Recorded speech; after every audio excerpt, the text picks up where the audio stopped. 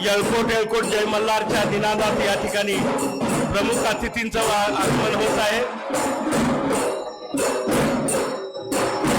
प्रमुख अतिथींना विनंती आहे की त्यांनी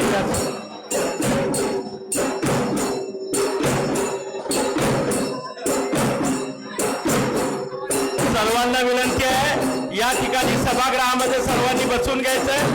प्रमुख अतिथींचं या ठिकाणी आगमन झालेलं आहे। सर्वांना विनंती आहे सर्वांनी बसून घ्यायचंय।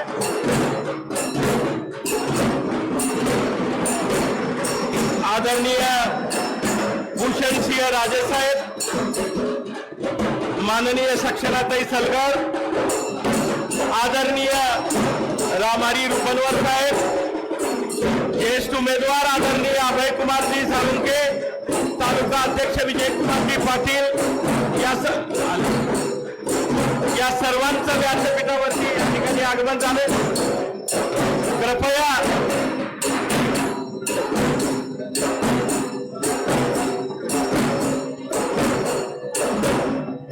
कृपया सर्वांना विनंती आहे शांततेत बसून घ्यावं। सर्व कार्यकर्त्यांना विनंती आहे जे बाहेर थांबलेले त्यांनी या ठिकाणी सभामंडपामध्ये येऊन बसायचंय। या ठिकाणी प्रमुख अतिथींचं आगमन या ठिकाणी झालंय। मागे बसणाऱ्या लोकांना विनंती आहे पुढे येऊन बसा, मागे बसू नका। मागे येणाऱ्या कार्यकर्त्यांना नंतर बसण्यासाठी सोय होईल, त्यामुळे पुढे येऊन बसा। सर्वांना विनंती आहे। या ठिकाणी प्रमुख अतिथींचं आगमन झालंय। मी सर्वप्रथम या ठिकाणी अहिल्यादेवी पुण्यश्लोक जी अहिल्यादेवी होळकर यांच्या प्रतिमेला या ठिकाणी पुष्पहार अर्पण करून सर्व अतिथींनी आदरणीय सक्षणाताई, आदरणीय भूषणसिंह राजेजी, आदरणीय अभयराव साळुंके, विजयकुमारजी पाटील तुम्ही पत्रिका तयार तुम्ही घ्या, प्रास्ताविक चालू करा आणि लगेच पहिल्यांदा ताई नाही तिथं दिलं सिक्वेन्स लावला तसं प्रास्ताविक 2 लाख सोडायचं लवकर कुणाला इथले लोकल बोलणार होते।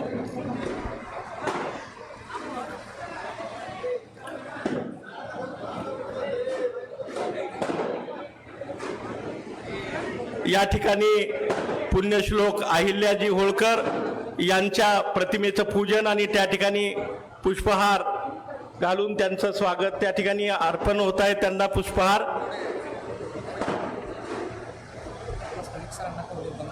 पुण्या नाही मेत्रे मग कोणते महेश मित्रांनी केली सूत्रसंचालन यांच्याकडे सांगतो थोडं 2 गोष्टी बोलणार सर। मग सरला बोलायला देऊ द्या ना, भाषणच करू द्या की। नाही भाषण नाही सर, भाषण वेळ नाही, भाषण रचनेला तुझा कार्यक्रम। अरे होय हो, पण नियोजन तर करावं लागेल। तुम्ही करताय का मग सूत्रसंचालन? तसंही माझं काही अडचण नाही। मला काही तुमचं मला सांगितलं होतं म्हणून मी इथे येऊन नियोजन दुसरं समाजाचा कार्यक्रम मग तुम्ही करा, तसं काही नाही सर।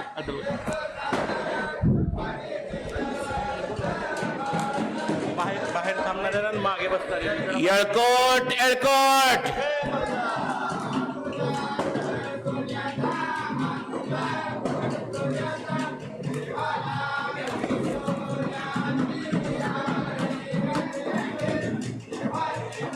मागे थांबणाऱ्यांना पुढे या। उद्या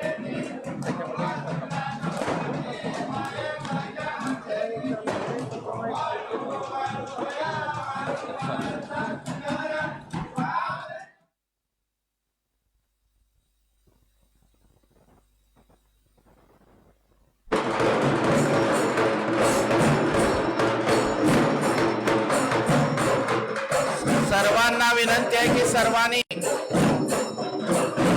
मध्ये येऊन बसावं। मागे बसलेल्या सर्वांना विनंती आहे की पुढे येऊन बसावं।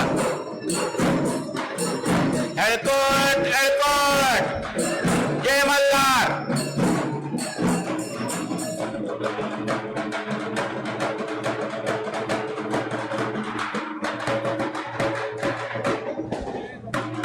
निलंगा विधानसभा सार्वत्रिक निवडणूक 2024 माननीय अभयदादा साळुंके साहेब महाविकास आघाडीचे अधिकृत उमेदवार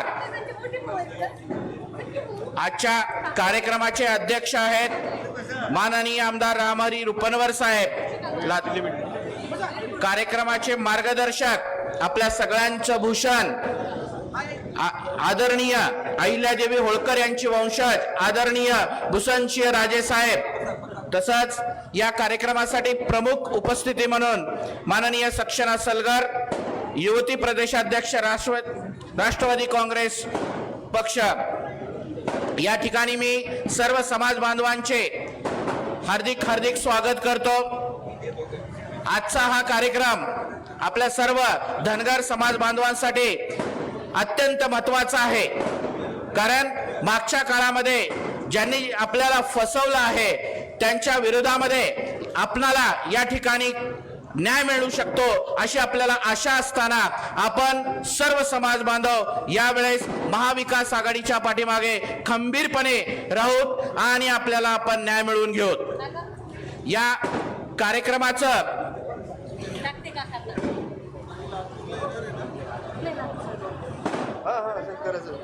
या ठिकाणी कार्यक्रमाचे मार्गदर्शक आदरणीय भूषणसिंह राजे साहेब यांचा या ठिकाणी सर्व समाज बांधवातर्फे सत्कार करण्यात येणार आहे। गोंगडी आणि काटे देऊन यांचा सत्कार करण्यात येणार आहे। तर मी कुठं आहे ते कोणाच्या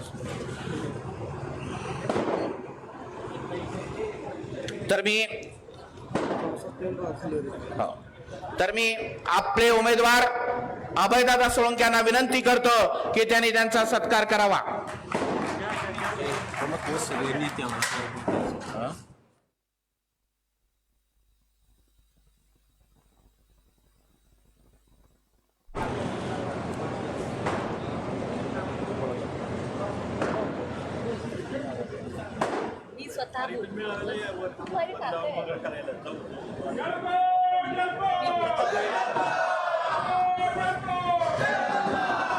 या लवकर म्हणलं तर तुम्हाला दादा कॉमन घेऊ, एक कॉमन एक फोटो घेऊ।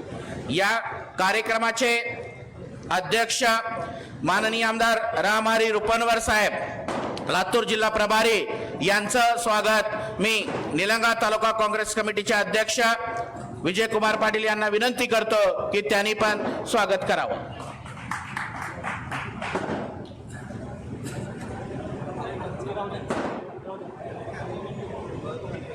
लोक मागे आपल्या कार्यकर्ते आहे सुधाकर पाटील नाही सत्कार झाल्यावर त्यांच्या व्यासपीठावर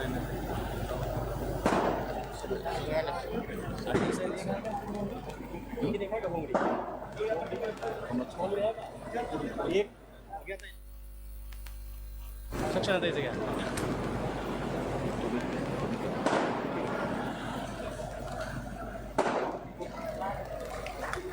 सक्षनाताई सलगर यांचं स्वागत करण्यासाठी मी सस्तापुरे साहेबांना विनंती करतो की त्यांनी त्यांचं स्वागत करावं।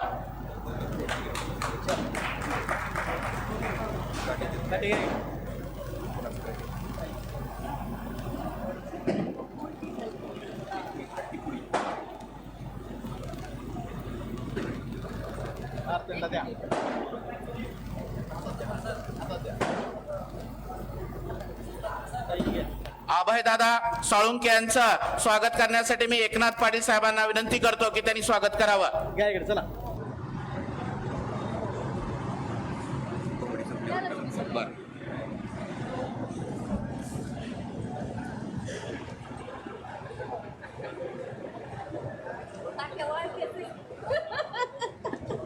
जोरदार नाही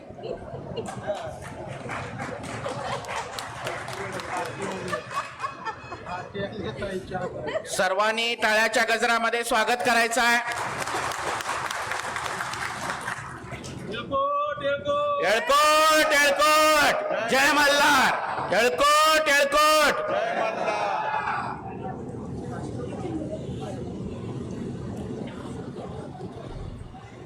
सर्व मान्यवरांचं शब्दसुमनांतर्फे स्वागत करण्यात येईल।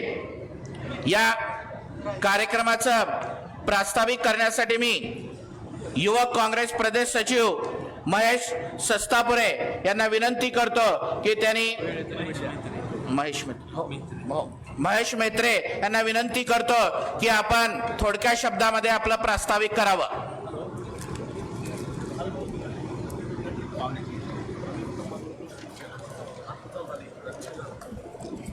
धन्यवाद सर. एळकोट एळकोट हार मी प्रथमतः राजेंचं आमच्या निलंगा नगरीमध्ये स्वागत करतो राजे, आणि आप्पासाहेब आपलं मी स्वागत करतो. आपणाला माहीतच आहे आपण आज कशासाठी इथे जमलेलो आहोत. आपल्या एक सामान्य घरातला सामान्य कार्यकर्ता आज आपल्यासाठी गेले 30 वर्ष झालं लढतोय. तो आपला प्रतिनिधी होण्यासाठी इथं जमलेला आहे. मी सर्व पाहुण्यांचं नाव नाही घेणार कारण आपल्याला पाहुण्यांना पण बोलायचंय. त्यासाठी सन्माननीय व्यासपीठाचे या ठिकाणी स्वागत करतो. राष्ट्रवादी युवती काँग्रेसचे अध्यक्षा सक्षनाताई सलगर यांचं पण मी निलंगा तालुक्यामध्ये स्वागत करतो. बंधूंनो, आपण गेली अनेक वर्ष झालं महाराष्ट्राची परिस्थिती पाहतो. आपण एक धनगर समाज म्हणून अनेक पक्षाच्या पाठीमागे उभा राहिलात, पण आज आपल्याला निलंगा तालुक्यामध्ये जे दडपशाहीचं आणि जे दहशतीचं राजकारण गेल्या 20-25 वर्षामध्ये चालू आहे त्याला मोडीत काढण्यासाठी आपल्याला एका खंबीरपणे अभयदादाच्या आणि जे महाविकास आघाडीचे अधिकृत उमेदवार काँग्रेस पक्षाचे उमेदवार आहेत त्यांच्या पाठीमागे थांबायचंय. एक सामान्य घरातला कार्यकर्ता, सामान्य घरातला आपल्यासारखाच एक कार्यकर्ता आज या ठिकाणी आपला विधानसभेचा उमेदवार म्हणून आपल्या समोर आहे. त्याच्या पाठीमागे आपल्याला थांबायचंय. दादा, मी या ठिकाणी आणि महाराज या ठिकाणी जास्त काही बोलणार नाही. फक्त 2-3 वाक्य आहेत की हे आपल्याला म्हणतायत की आरक्षण देऊ आरक्षण देऊ. मराठा बांधवांचा आणि धनगर बांधवांचा एकच प्रश्न आहे की आरक्षणाचा प्रश्न आहे. इथल्या आपल्या दादाच्या भाषेमध्ये बोलायचं असतं, दादा बशा बैल आहे आपला आमदार. बशा बैलानं आजपर्यंत कधीही काहीही बोललेलं नाहीये. विधानसभेत मराठा आरक्षणाबद्दल बोललेलं नाहीये, ना धनगर आरक्षणाबद्दल बोललेलं नाही. आणि इथं ओलांडीला धनगर मेळावा घेतो आणि म्हणतो की मी इथं धनगराला आरक्षण देणार. यांच्या नागपूरच्या नेत्याला ते होत नाहीये. नागपूरच्या नेत्याने 2014ला म्हटलं होतं. नागपूरचे नेते म्हणून तुम्हाला समजत असेल, आमच्या दादाला म्हणतात की बाबळबावरचं पार्सल. हे नागपूरचं पार्सल इथं गेले 15-20 वर्ष झालं राज्य करतंय आणि हे म्हणतंय की आम्हाला आरक्षण देणार. ह्यांचं निलंग्याच्या बाहेर काही अस्तित्व नाहीये आणि हे म्हणतात की आम्हाला एसटी मधून आरक्षण देणार आहेत. आणि यांच्या नागपूरच्या नेत्याला ते झालं नाही, हे म्हणतात आम्हाला आरक्षण देणार.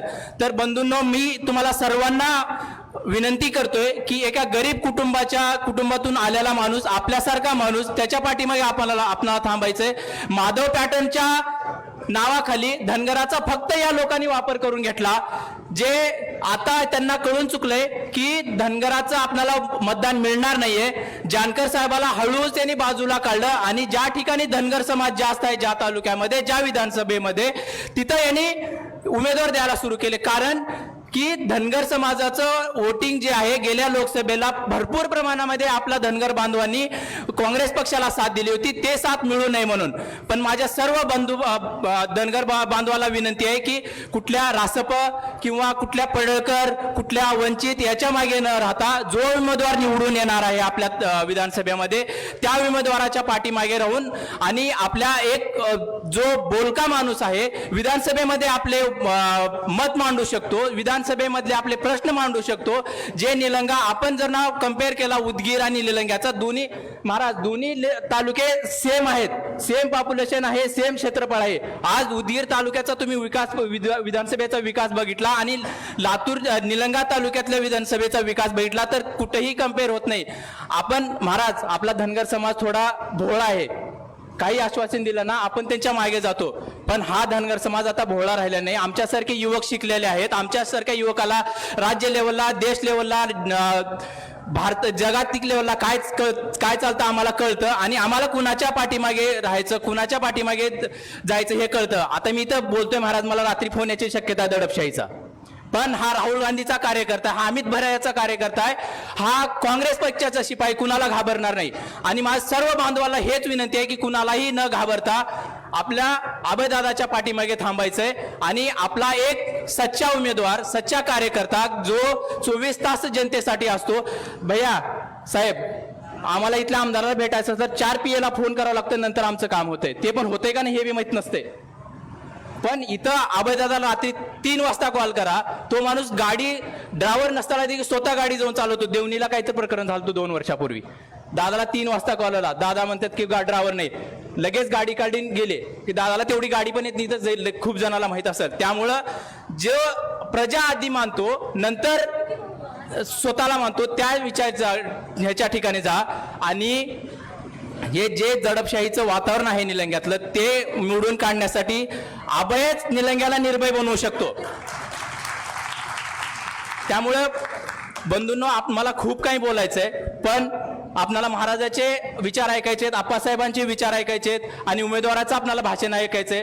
त्यामुळे मी इथे थांबतो आणि लास्ट एकच वाक्य बोलून जातो. परवाचाच एक निर्णय आहे साहेब, धनगड आणि धनगरावरून खूप वातावरण चालू आहे.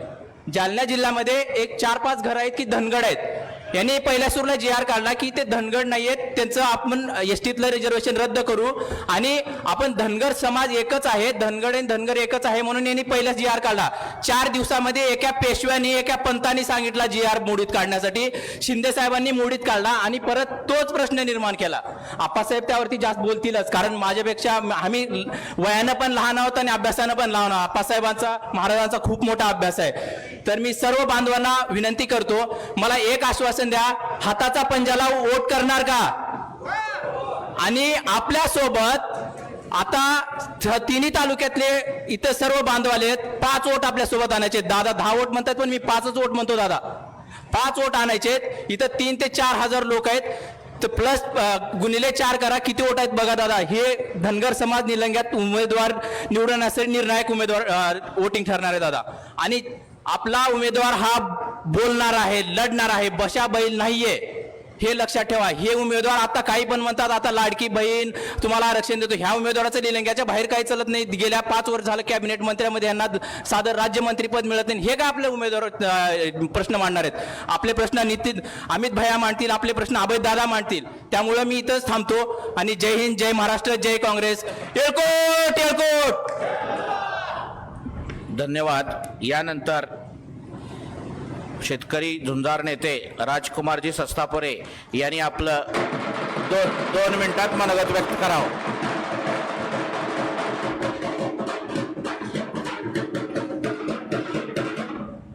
मी उठलं की दादा त्याच्या अंगात येते. शेतकऱ्यांचा राजा छत्रपती शिवाजी महाराज, राजमाता पुण्यश्लोक अहिल्यादेवी होळकर, शेतकऱ्यांचा आराध्य दैवत महात्मा ज्योतिबा फुले, आज ज्यांच्या प्रचारार्थ ही सभा बोलवली गेली, धनगरांचा मेळावा बोलवला गेला, त्या मेळाव्याला मार्गदर्शन करण्यासाठी होळकरांचे वंशज भूषणराजे होळकर आज आपल्यात उपस्थित आहेत.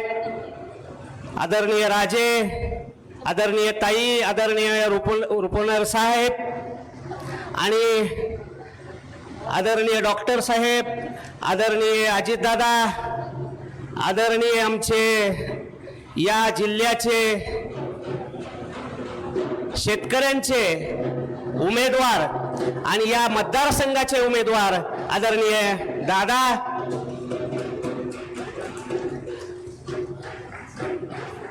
खरं तर मी शेतकऱ्यासाठी लढणारा कार्यकर्ता आहे, पण पहिल्यांदा मला धनगरात जावं लागलं. त्याचं कारण असं की एक शेतकऱ्यासाठी लढणारा शेतकऱ्यांचा मुलगा मैदानात आहे आणि असं असताना आपण थोडं विचाराला माघार घ्यायला हरकत नाही म्हणून. आणि दुसरी बाब, या मतदारसंघाचा आमदार उठलं की सुटलं वलांडीला येऊन धनगर मेळावा घेऊन आले. प्रत्येक निवडणुकीच्या वेळे माझ्या गावात यायचा आणि धनगर मेळावा घ्यायचा. मी बी म्हणलो तुझ्या गावात येऊन धनगर मेळावा घेतो. म्हणून हा मेळावा निलंग्यात का ठरला, तर त्याच्याच गावात धनगर मेळावा ठेवायचा म्हणून हा धनगर मेळावा ठेवलेला आहे. भावानो, मला खरं तर जातीवर बोलता येत नाही. मला एवढंच सांगायचं आहे, तुम्ही जातीनं धनगर असाल पण जातीनं शेतकरी आहेत आणि आपणाला आरक्षणाचा मुद्दा मोदींनी किती वेळा लबाड बोललं, देवेंद्रनं किती वेळा लबाड बोललं आणि संभाजीनं किती वेळा लबाड बोललं हे तुम्हाला आता काही वेगळं सांगायची गरज नाही. भावानो, मला तर का म्हणायचे दादा, आमचे लोक साहेब घोंगडे घालून घालून दमाला आले ह्याच्या एवढे घोंगडे घातले त्यांना आम्ही, एवढा सत्कार केला आमच्या समाजाने. आता ते घोंगडे, सत्काराचे घोंगडे वापस मागावं लागेल साहेब. आमच्या तुला जर आमच्या आरक्षणाबद्दल किती वेळा त्यांनी 2014 पासून संभाजीरावनं सांगावं की किती वेळा धनगर आरक्षणाचा प्रश्न विधानसभेत मांडलाय. उठलं की सुटलं घोंगडं घ्यायचं, फेटा बांधायचं, काठी हातात घ्यायची. एवढंच नाही तर या निवडणुकीमध्ये मोदीला घोंगडं घातलेल्या फोटो सगळ्या मतदारसंघात त्याने लावल्या. आणि मोदी ज्या वेळेस लोकसभेला लातूरला आले त्यावेळेस त्यांना घोंगडच घातलं त्यांनी. काय एवढं तुझं घोंगड्यात अडकलंय? अरे घोंगड्यात तुझं काय अडकलं असेल तर घोंगड्याला न्याय द्यायला पाहिजे होतं, तुझ्या त्या सत्काराचा सन्मान केला पाहिजे होता. पण तू आमच्या धनगर समाजाच्या घोंगड्याचा आणि सत्काराचा अपमान केलाय. तुला मत मागायचा धनगराला काहीच अधिकार नाही. म्हणून मला इथल्या धनगर समाजाच्या सगळ्याच लोकांना मला आव्हान करायचे आहे या व्यासपीठावरून, जर संभाजीला धनगरांनी मतदान केलं तर पुढची पिढी तुम्हाला माफ करणार नाही. तुम्हाला सांगतो, एवढा लबाड आमदार, एवढा येडझवा आमदार बघाय नाही आपण. मला लय शिवाय येतात पण ते देता येत नाहीत. मला सांगायचं आहे, एवढा निष्क्रिय आमदार मी कधीच बघितला नाही. अरे बघ म्हणा इकडं बाजूबाजूला आमदार कसे आहेत, काय काम करायलेत. या बाजूच्या एका आमदाराला तर सगळ्या मतदारसंघात शेत रस्ते केले, स्वतःच्या फंडातून केले. ह्यानं शेताचे शेत रस्त्याचे भांडणं लावायचं काम केलंय. म्हणून मला तुम्हाला सांगायचं आहे, इकडं उदगीरचा एक आमदार तिकडं बघ म्हणाव. अरे खरंच काम करायचं राहिलं असतं तर तुझा सत्कार आम्ही सुद्धा केला असता, पण आता सत्कार तुझा सत्कार तू करून घ्यायच्या लायकीचा राहिला नाहीस. ते दिलेला सत्कार मागा वापस. आमचे घोंगडी, आमचा फेटा, आमच्या काट्या आता परत कर, कारण आता आमचा शेतकऱ्याचा वाघ मैदानात उतरलाय. आणि धनगर समाजाला कसा न्याय मिळवून द्यायचा ते हे पट्ट्या विधानसभेत नाही तर दिल्लीचं तख्त सुद्धा हलवू शकतो एवढी ताकद आमच्या उमेदवारात आहे. म्हणून आपल्याला सर्वांना, मला जास्त बोलायचं नाही, आदरणीय राजांना पुढच्या कार्यक्रमाला जायचे आहे. आत्ताच महेशने सांगितलं की धमकीचे फोन येतात, त्याच्यात हिंमत असेल तर मला फोन करून दाखव म्हणाव. मला दम टाकून बघ म्हणाव, त्याला घोडा मैदान दाखवतो. त्याला आतापर्यंत कुणी घोडा मैदान दाखवलं नाही. जेवढे सत्कार ह्या धनगर समाजाने केल्यात, आता धनगर समाजात या निवडणुकीत तुला घोडा मैदान दाखवल्याशिवाय राहणार नाही. एवढंच या ठिकाणी बोलतो, इथंच थांबतो. धन्यवाद. धन्यवाद सस्तापुरे साहेब. यानंतर ओबीसी काँग्रेस सेलचे जिल्हाध्यक्ष एकनाथ पाटील साहेबांना मी सर्व समाज बांधवांना थोडक्यात आवाहन करण्याची विनंती करतो. सन्माननीय व्यासपीठ, प्रथम मी लोकमाता अहिल्यादेवीला वंदन करतो. या जिल्ह्याचे भूमिपुत्र तथा काँग्रेस पक्षाचे राज्याचे माजी मुख्यमंत्री आदरणीय दादा, त्यांनाही अभिवादन करतो त्यांच्या भूमीमध्ये. आणि आपल्याला या ठिकाणी जास्त आपला वेळ न घेता 2 शब्द सांगतो. मीही या तालुक्यातला भूमिपुत्र आहे. जन्मभूमी माझी हीच आहे. आदरणीय दादांसाठी कार्यकर्ते म्हणून कार्य करणारे माझे आजोबा होते काशीनाथराव पाटील, आणि बरेच लोक त्यांना ओळखतात. आमची कर्मभूमी जरी लातूर असली तर जन्मभूमी ही आहे. मी आपल्याला एवढंच आवाहन करतो, या ठिकाणी जे काही दडपशाहीचं राजकारण चाललेलं आहे, या ठिकाणच्या आमदारांच्या जे फसवेगिरी चाललेली आहे, बांधवांनो, खऱ्या अर्थानं ही फसवेगिरी जर आपल्याला संपुष्टात आणायची असेल तर त्यासाठी एक सक्षम उमेदवार आदरणीय अमित भैया देशमुख साहेबांनी आपल्याला दिलेला आहे, आणि तो उमेदवार म्हणजे अभयदादा साळुंखे. यांच्या पाठीशी आपण खंबीरपणे उभं राहणं गरजेचं आहे. काय झालं हो, 14ला आश्वासन पंतप्रधानांनी दिलं होतं. हे तर आमदार आहेत, पंतप्रधान देऊ शकले नाहीत. मुख्यमंत्र्यांनी 2दा हेलकावण्या दिल्या. हे आपल्याला आरक्षण देऊ शकणार नाहीत. खऱ्या अर्थानं न्यायाची भूमिका जर आपल्याला मिळवायची असेल तर राहुल गांधींचे हात आपल्याला बळकट करावे लागतील, आणि हे राहुल गांधींचे हात बळकट करण्यासाठी अभय सूत्राला आपल्याला विधिमंडळात पाठवावं लागेल. हा सक्षम उमेदवार आहे आणि सर्व जाती धर्माला घेऊन चालणारं हे नेतृत्व आहे. त्यामुळे आपल्याला आवाहन करतो, येणाऱ्या 20 तारखेला अभयदादाच्या पाठीशी आपण खंबीर धनगर बांधवांनी उभं राहायचंय आणि संसद या ठिकाणी विधिभवनात पाठवायचंय. तुमचे आमचे सर्वांचे प्रश्न या ठिकाणी मार्गी लावणारा हा नेता आहे. त्यामुळे एवढंच आपल्याला बांधवांना कळकळी विनंती करतो, आपण सर्वांनी 20 तारखेला अभयदादाच्या समोरील हाताचं बटन दाबून प्रचंड बहुमताने त्या ठिकाणी निवडून पाठवत द्यायचंय. दादा, 40,000 धनगर बांधव आपल्या मतदारसंघात आहेत. आम्ही काही लाख आहेत म्हणत नाहीत, पण ज्या ज्या ठिकाणी आहेत त्या ठिकाणी निर्लक्षम आम्ही आहोत. आणि म्हणून हा शिवमल्हार संदेश या ठिकाणी महाराष्ट्रामध्ये चाललेला आहे आणि या संदेशाला आपणही जागृत राहावं. या ठिकाणी आपल्या बरोबर आमचे या ठिकाणी मल्हार नेते तुमच्या सोबत आहेत. पंडितराव आहेत, जागलेच आहेत, मी अनेकांची नावं घेऊ शकतोय आणि यांनाही न्याय मिळवून द्यावा. आम्हाला खात्री आहे आपण त्या ठिकाणी तळागाळातून एक शेतकऱ्याचा भूमिपुत्र चळवळीतून आलेलं नेतृत्व आहे आणि चळवळीतून आलेल्या नेतृत्वाला सांगायची गरज नसते. आम्हाला सर्वांना सोबत घेऊन चलाल याची आम्ही आशा बाळगतो आणि खंबीरपणे आम्ही आमचा समाज तुमच्या पाठीशी उभा आहे ही ग्वाही देतो. थांबतो. जय हिंद, जय महाराष्ट्र. येळकोट येळकोट. धन्यवाद. धन्यवाद. यानंतर राष्ट्रवादी काँग्रेस पक्ष, शरद पवार गट, युती प्रदेशाध्यक्ष व आपल्या समाजाचे झुंजार नेते आदरणीय ताई सक्षनाताई सलगर यांना मी विनंती करतो की आपण आम्हाला सखोल असं मार्गदर्शन करावं. सगळ्यांची नाव. नमस्कार. जय मल्हार. काय तुमचा आवाज नाही, आमच्याच हातात काठ्या दिलेत, जरा मोठ्याने बोला. जय मल्हार. एकट एकट एकट एकट. आज या ठिकाणी विधानसभेच्या निवडणुकीच्या निमित्ताने आज आम्ही सगळेजण निलंगा नगरीत उपस्थित आहोत. आपल्या सर्वांचे महाविकास आघाडीचे अधिकृत उमेदवार, माझे बंधू, चळवळीतले सहकारी आणि सामान्य घरातला मुलगा, सामान्य घरातला युवक म्हणून मी पहिले तुमचं अभिनंदन करेन की राष्ट्रीय भारतीय काँग्रेसनी सामान्य मुलाला संधी दिलेली आहे आणि असं सांगितलेलं आहे की अब राजा का बेटा राजा नहीं बनेगा, प्रजा का बेटा राजा बनेगा.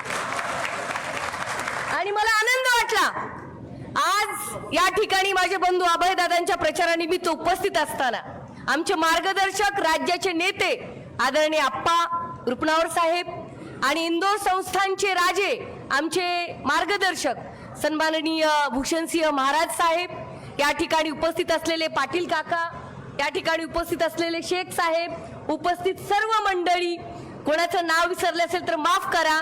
मला एकनाथ सर म्हटले की ताई तिथं 2 वाजता एक मेळावा आहे लातूरला, जास्त वेळ नको घ्यायला, म्हणून मी कमी शब्दात बॅटिंग करावी म्हणते. आपल्या सगळ्यांच्या समोर एक अतिशय उमदा उमेदवार, या मातीला न्याय देणारा. मगाशी कोणीतरी सांगितलं की निलंगा नगरीमध्ये स्वर्गीय माजी मुख्यमंत्री निलंगेकर साहेबांचं मोठं योगदान आहे, परंतु तसं योगदान देण्याची क्षमता पुढच्या पिढीमध्ये दिसत नाही. आणि म्हणूनच आम्ही आमचा खमका उमेदवार, जनतेतला उमेदवार आणि जनतेचे प्रश्न मांडणारा उमेदवार म्हणून अभयदादाची निवड केलेली आहे. आम्ही सगळेजण आवर्जून त्यांच्या प्रचारासाठी, एका सामान्य घरातल्या चळवळीतल्या मुलासाठी, त्या पोरग्यासाठी लढण्यासाठी आम्ही इथं उपस्थित आहोत. आज या ठिकाणी धनगर मेळाव्याला बोलवलंय. अभयदादा, मी इथंच सांगते रेकॉर्डवर, जे पहिले पाडे 55 आहेत आमदाराचे ते तुमचे नको आहेत. मराठा आरक्षणाचा प्रश्न मांडाच, पण त्याचबरोबर दऱ्याखोऱ्यात असणाऱ्या माझ्या धनगर समाजाचा तो प्रश्न तुम्ही मांडा आणि हे रेकॉर्ड करून घ्या. जेव्हा ते आमदार होतील तेव्हा मीच विधानसभेच्या पायरीवरती आडवेन की आम्ही प्रचार करायला आलो होतो, नुसता प्रचार करणार नाहीत. धनगर समाजाला आता तुम्ही काठी दिलेली आहे, घोंगडं दिलेली आहे, लोक घरात काठ्या नेऊन ठेवतील, परंतु जर कोणी आमचं आरक्षण हिसकावून घेण्याचा प्रयत्न केला, लबाडी केली, तर त्या काठीने या भाजपला झोडपण्याची ताकद या धनगर समाजामध्ये. मगाशी माझे बंधू बोलत होते, त्यांनी विषय मांडला की या ठिकाणी एवढा मोठा धनगर समाज असताना सुद्धा सन्माननीय आमदार साहेबांनी विचार केला का हो, किती तुमचे जिल्हा परिषदचे मेंबर आहेत निलंगा तालुक्यात? मला एक सांगा, एक माणूस नाही का हो? हा अन्याय. तुम्हाला निवडून येण्यासाठी आमच्या समाजाची मतं लागतात, परंतु आमचा माणूस चालत नाही आणि हीच दिली आहे घरी बसवायची. घरी बसवा,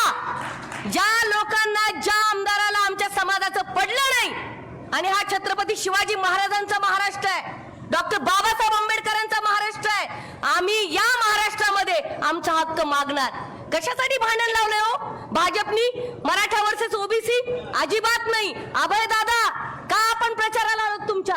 हा छत्रपती शिवरायांचा महाराष्ट्र आहे, हा 18 पगड जातींचा महाराष्ट्र आहे. इथं कोणी मोठा नाही, कोणी छोटा नाही, सगळे सारखे आहेत. आणि मराठा बांधव असेल, धनगर बांधव असेल, मुस्लिम बांधव असेल, आमचा जो कोणी बांधव आहे, दलित बांधव असेल, आम्ही सगळे भाऊ आहेत. संविधानाने आम्हाला ही ताकद दिलेली आहे. भांडणं लावायचे, नाटकं करायचे. आप्पा तुम्हाला सांगते मी, तुम्ही ज्येष्ठ आहात, तुम्हाला अभ्यास आहे महाराष्ट्राचा. मधूनच कुठून आले हो धनगर समाजाचे दाखले? एवढे दिवस कुठे गेले होते? ते म्हणतात ना 1.5 दिवसात कोलवसात. कुठून आले हे 2-4 लोक? माझ्या भाषणाची स्टाईल कुणाला आवडू न आवडू काका, जे माझ्या मनात आहे ते माझ्या तोंडात असतं. अजिबात ही लबाडी चालणार नाही. अरे कुठून आले धनगर समाज? भूषण साहेब तुम्हाला सांगते मी, मधूनच जन्माला आले हो. मागच्या 6 महिन्यात 4-6 महिन्यात हे माणसं धनगर समाजाचे आहेत. आणि कन्नड मध्ये असं कुटुंब धनगर सापडलंय. अरे नाटक लबाडांनो, या धनगर समाजाचं आरक्षण रोखण्यासाठी ही तुमची नालायकी आहे, हे षडयंत्र आहे. आणि येणाऱ्या विधानसभेत तुम्हाला जर यांना धडा शिकवायचा असेल तर मतदान पेटीमधून तो धडा शिकवावा लागेल. या भाजपला कळू द्या, 2014ला देवेंद्रजींना तुम्ही मुख्यमंत्री केलं, आम्ही मुख्यमंत्री केलं, आणि ते जाहीरपणे मान्य करतात. आताच काय खुपलं हो त्यांना? मध्ये धनगर काका कुठून आले 2? काय नातलग बितलग असेल का नाही? कुठं मेवणा असेल, कुठं मिहुणी असेल, कुठं काकी असेल, कुठे मावशी असेल, ह्यांची फक्त त्या कन्नड मध्येच 2 माणसं सापडली. अरे नालायकांनो, भाजपाने लाज वाटली पाहिजे.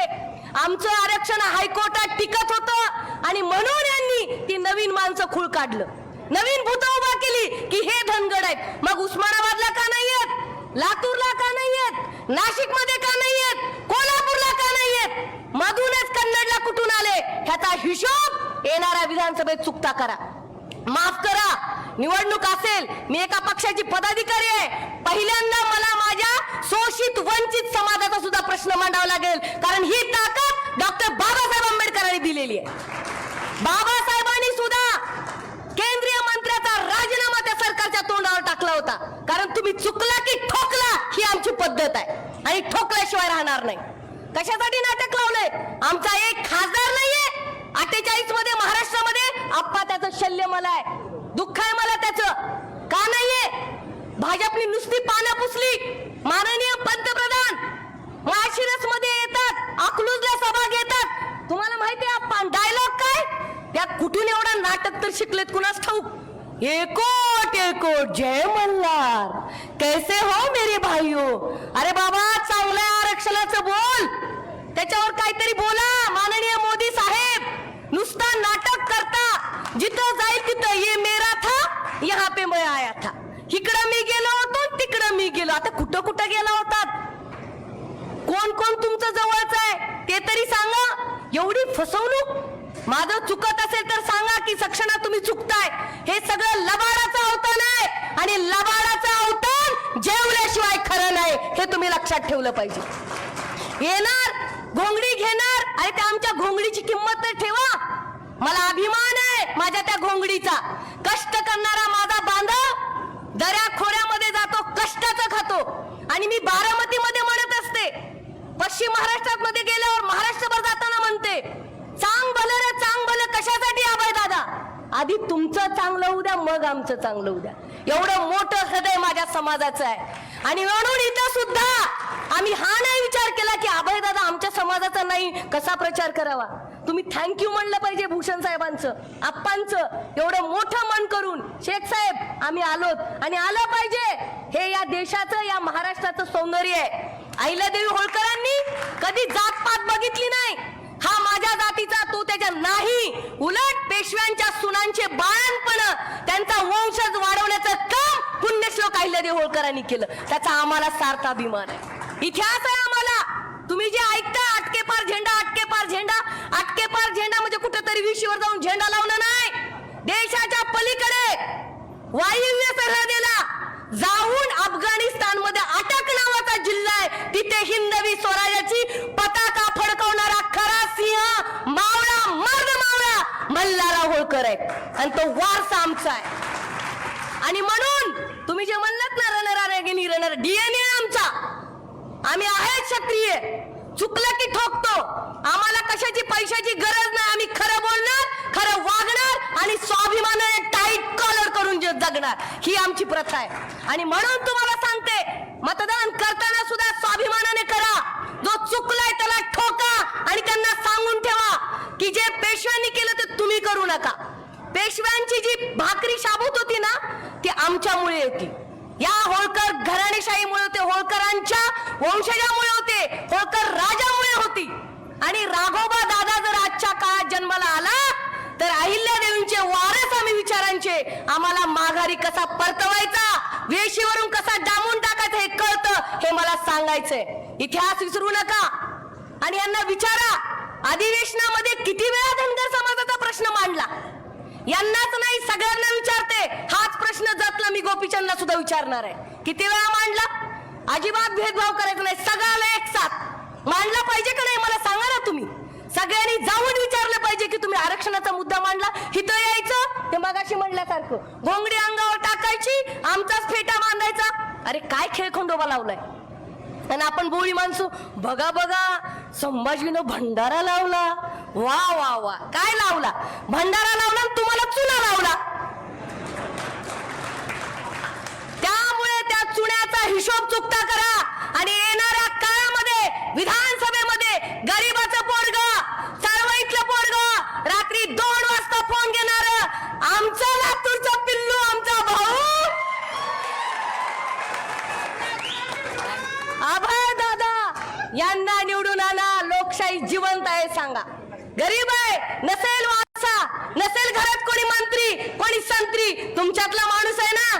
लोकशाहीची ब्युटी, लोकशाहीचं देखणे पण हेच आहे की गरीबाचं पोरग आमदार झालं पाहिजे.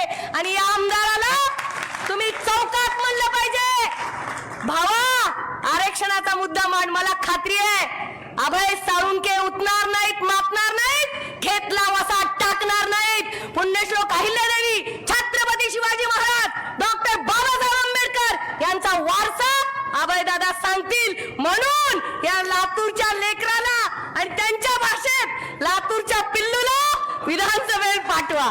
जय हिंद, जय महाराष्ट्र, जय मल्हार, जय भीम, जय शिवराय, जय हिंद. थँक्यू. धन्यवाद ताई.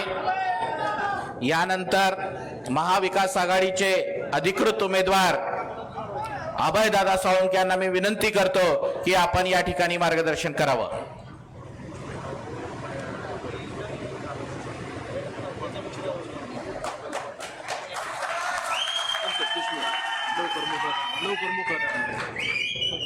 हॅलो,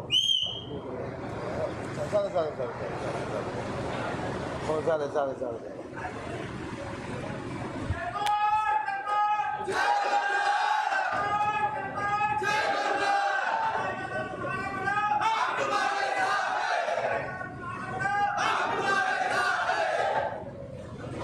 पहिल्या प्रथम मी निलंगा, देवणी आणि शिरूरानपालच्या वतीनं 3 तालुक्यातील 18 बदल जाती धर्मातील प्रत्येक नागरिकाच्या वतीनं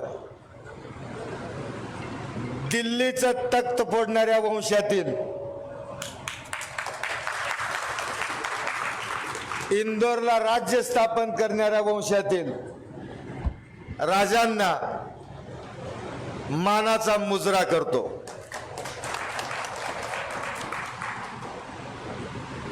आमचे नेते ज्यांच्या आशीर्वादामुळं मला ही तिकिटापर्यंतची लढाई सोपी गेली, असे जिल्ह्याचे प्रभारी आदरणीय रामहरी रूपनारा आप्पा, एकनाथ शिंदेची कोण माहित नाही, पण माझी लाडकी बहीण म्हणून ज्यांना मी म्हणू शकतो अशा आदरणीय राष्ट्रवादी युवती काँग्रेसच्या प्रदेश अध्यक्षा सक्सेनाताई सलगर, आमचे नेते तालुक्याचे अध्यक्ष आदरणीय विजयकुमार पाटील साहेब, जिल्हा डॉक्टर सेलचे अध्यक्ष डॉक्टर अरविंद भातंबरेजी, आमच्या सगळ्याचे मार्गदर्शक माजी नगराध्यक्ष आदरणीय हमीदभाई शेख, आमचे नेते माजी सभापती आदरणीय अजित नाना माने साहेब, तरुण तडफदार शहराध्यक्ष अजित नाईकवाडे साहेब, शिरूरानपालचे तालुकाध्यक्ष आमचे आदरणीय आबासाहेब भाऊ पाटील उजेडकर, आमच्या सगळ्याचे आवडते नेते आमच्या गावचे पाटील आदरणीय एकनाथरावजी पाटील साहेब, म्हणजे तळेगाव बोरी माझं गाव आहे, माझे चुलते तिथं राहतात आणि आमच्या गावचे पाटील एकनाथ पाटील आहे. तर तालुक्याचे कार्याध्यक्ष ॲडव्होकेट नारायणराव सोमवंशी साहेब,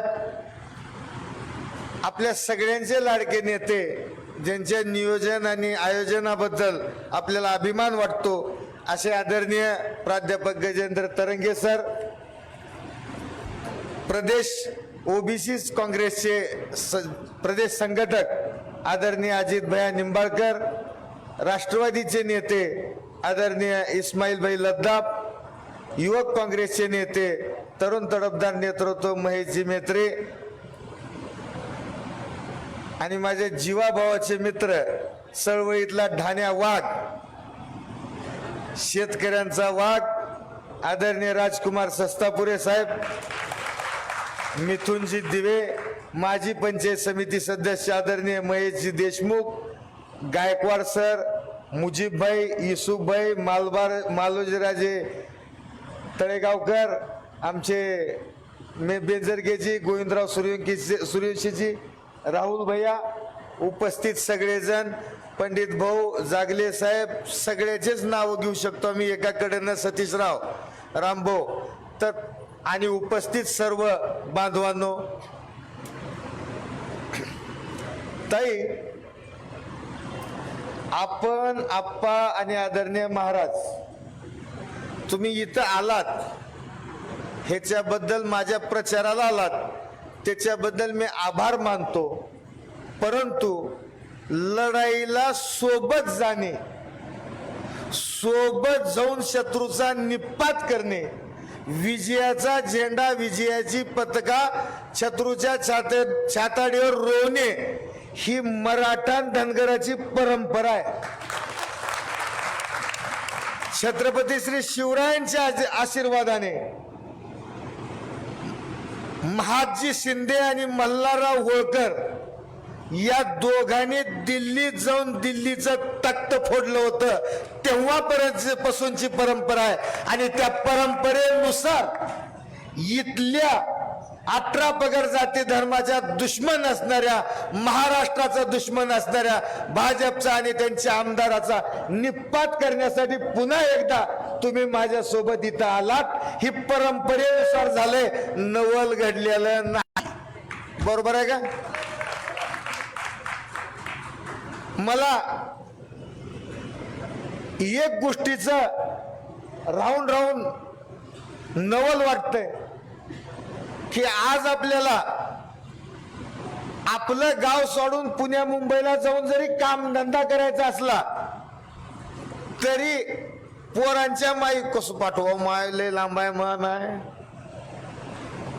उत्तर प्रदेशला, दिल्लीला, इकडे तिकडे जर शिक्षणाला, उच्च शिक्षणासाठी मुलाला दिल्लीला पाठवायचं असेल तर सुद्धा आई काळजी करते. त्या काळात जेव्हा फोन नव्हता, मोबाईल नव्हतं, व्हिडिओ कॉल नव्हतं, वाहन नव्हतं, रेल्वे नव्हती, विमान नव्हतं, मोटरसायकल नव्हतं, काहीच नव्हतं. जंगल, डोंगरदऱ्या, घोडा, हत्ती, रथ आणि कुठं कुठं तुरळक भेटणारे माणसं, अशातून वाट काढत छत्रपती श्री शिवरायांनी स्वराज्य उभा केलं आणि त्यांची प्रेरणा घेऊन त्यांच्या नंतर सुद्धा महादजी शिंदे आणि मल्हारराव होळकर या जोडीनं दिल्लीचं तख्त फोडलं. त्या राजांच्या वारसाच्या बाजूला मला बसायला मिळाले, ही मी माझं भाग्य समजतो.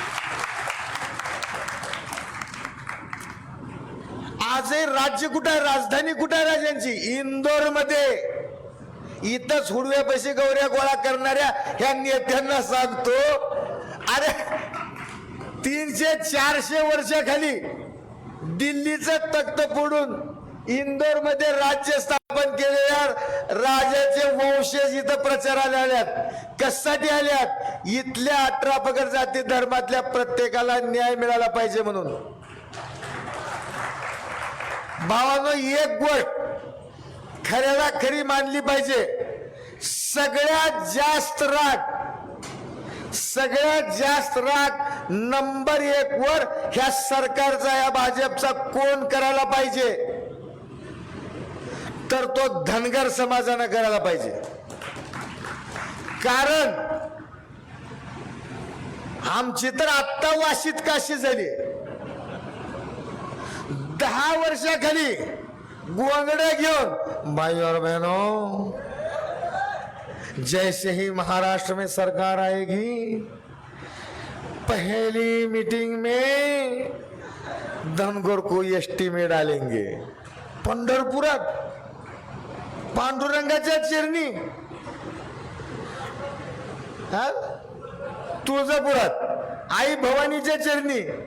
पंढरपूर तुळजापूर एकच किंवा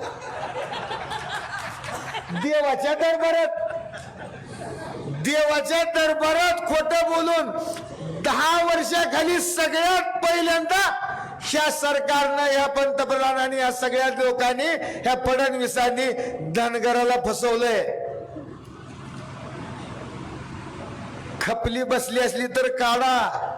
लय दिवस झालं म्हणून विसरलो असलो तर जागी व्हा. कारण एक इरस समाजामध्ये पाहिजे, प्रत्येकामध्ये इरस असली पाहिजे. भावांनो, आपलं पिढ्यानपिढ्याचं नातं आहे. तुम्हाला मी एक गोष्ट सांगतो, ह्या तालुक्यात, या तिन्ही तालुक्यात आणि लातूर जिल्ह्यात आप्पा, महाराज, ताई, या सगळ्याच्या साक्षीने मी सांगतो, एकही माणूस भेटू शकणार नाही गेल्या 30 वर्षात ह्या अभय साळुंकेनं कुणालाच खोटं बोललेलं नाही. सहज बी बोलत नाही हो मी. कुठेही असलो फोन आला, कुठं म्हणतर जिताव तिथंच सांगतो. वाकडे बोलायचं झालं तर तोंडावरच बोलतो, मागे मागे ठुसठुस करत नाही. जी आहे ती ओपन आहे, जी आहे ती खुल्लं आहे. नम्रताही खुल्ली आहे, प्रेमही खुल्लं आहे, आणि आला चुकलं तर चुकीच्या वेळेस राग सुद्धा खुल्ला आहे. तोही कधी व्यक्तिगत कारणामुळे नसतो. कुणीतरी गोरगरिबावर, सर्वसामान्यावर अन्याय केलं तर तेवढ्या पुरताच मी राग काढतो. बाकी मदतीची भूमिका असते, सहकार्याची भूमिका असते, हे सगळ्याला माहिती आहे तुम्हाला. मला तुम्हाला विनंती करायची आहे, निवडणुकीच्या काळात हे नाटकं करतील. हा विषय, आजचा विषय, तर आजची ही निवडणूक केवळ जातीपुरती नाही, कोणत्याही जातीपुरती नाही, महाराष्ट्राचा विषय आहे. महाराष्ट्रातल्या 18 पगड जाती धर्माला लगट फसवायचं काम चाललंय. मला सांगा, हे हिंदू मुस्लिम म्हणतात. 60 रुपये लिटर पेट्रोल होतं, 110 झाले. मग हिंदूला 60 आणि मुसलमानाला 110 आहे का? बर, धनगर स्पेशल म्हणून धनगराला 60 रुपये आहे का? धनगराचं सोयाबीन 11,000 नाही का? मराठ्याचं 3.5 आणि धनगराचं 11,000 नाही का? धनगराला तेलाचा डब्बा 1400चा 2200 झालाय का 1400वरच आहे? प्रत्येक गोष्ट जी काही आपली लूट हुलेली आहे, सगळ्याची काय हुलेली आहे, सलग हुलेली आहे. भावानो, या लुटीपासून आपल्याला सावध व्हायचे, या लुटीच्या विरोधात लढायचे. मी माझ्या पुरतं एक गोष्ट सांगतो, या आमदारानं गेल्या 20 वर्षापासून तुम्हाला फसवलंय. अहिल्यादेवी, पुण्यश्लोक अहिल्यादेवी होळकरांचा पुतळा इथं झाल्याशिवाय आणि धनगर आरक्षण मिळाल्याशिवाय मी फेटा बांधणार नाही म्हणाल ते का नाही? कुठं आहे आरक्षण? कुठं आहे पुण्यश्लोक अहिल्यादेवींचा पुतळा? आणि यांनी 100दा फेटा बांधलेला तुम्ही बघितलं का नाही? मग एवढं फसवल्याचा राग येणाऱ्या निवडणुकीत काढावं लागतंय. मी तुम्हाला एक गॅरंटी देतो, जेव्हा जेव्हा जिथं कुठं आरक्षण असेल, कोणताही विषय असेल, धनगर समाजाचा विषय आला की ही अभय साळुंखे त्याच्यावर आवाज उठवल्याशिवाय राहणार नाही.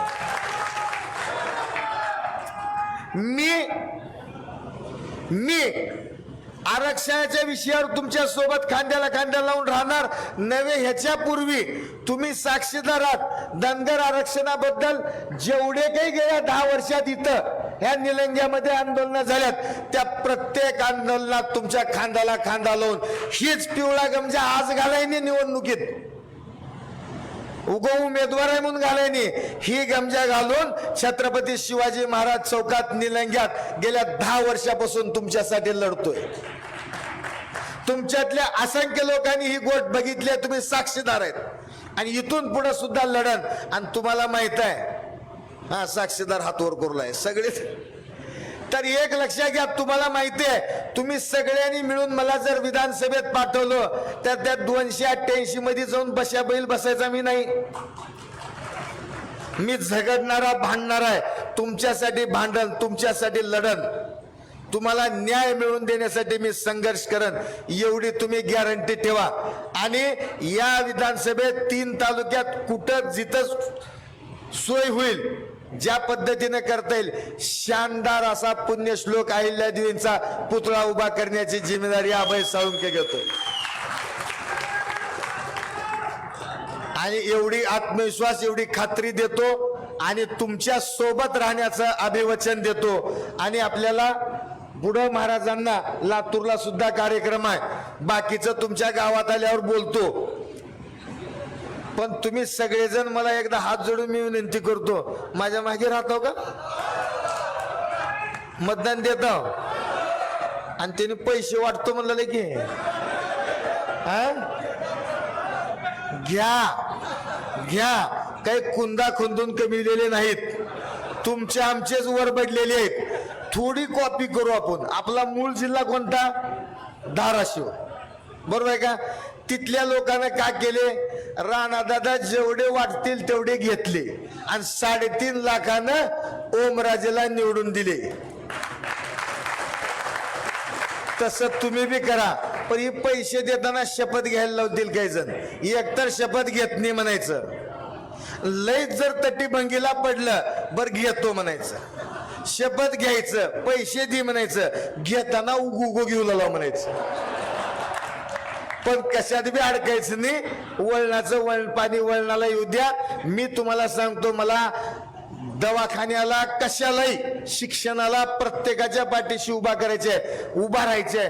त्याच्यासाठी आणि मी 30 वर्ष झालं दवाखाना, शिक्षण, पोलीस स्टेशन, तहसील, कलेक्टर ऑफिस, कुठेही मी तुमच्या सोबत आहे. ती अधिक ताकदीनं राहायचे, त्यासाठी मला ताकद द्या, अधिकार द्या. आदरणीय दिलीपरावजी देशमुख साहेबांनी, आदरणीय अमित भैयांनी, खरगे साहेबांनी, आदरणीय राहुलजींनी, या आदरणीय मल्लिकार्जुन खरगे साहेबांनी राष्ट्रीय अध्यक्ष असताना ते तर आपल्या शेजारचे आहेत, या सगळ्यांनी विश्वास दाखवलाय, संधी दिली आहे, सर्वसामान्याला लढण्याचा हक्क दिलाय, लोकशाहीचा खरा आवाज उठवलाय.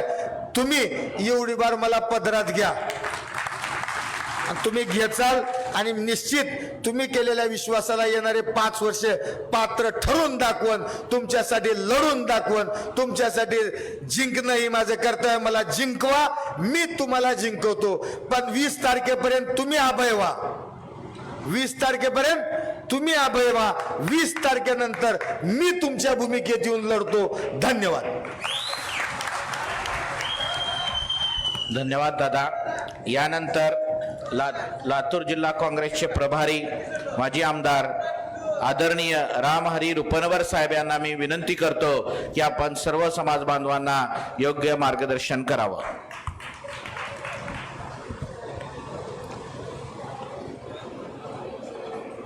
येत्या 20 तारखेला विधानसभेची निवडणूक होणार आहे. त्या निवडणुकीच्या प्रचारासाठी आयोजित केलेल्या या मेळाव्यात उपस्थित असलेले भूषणसिंह राजे होळकर साहेब,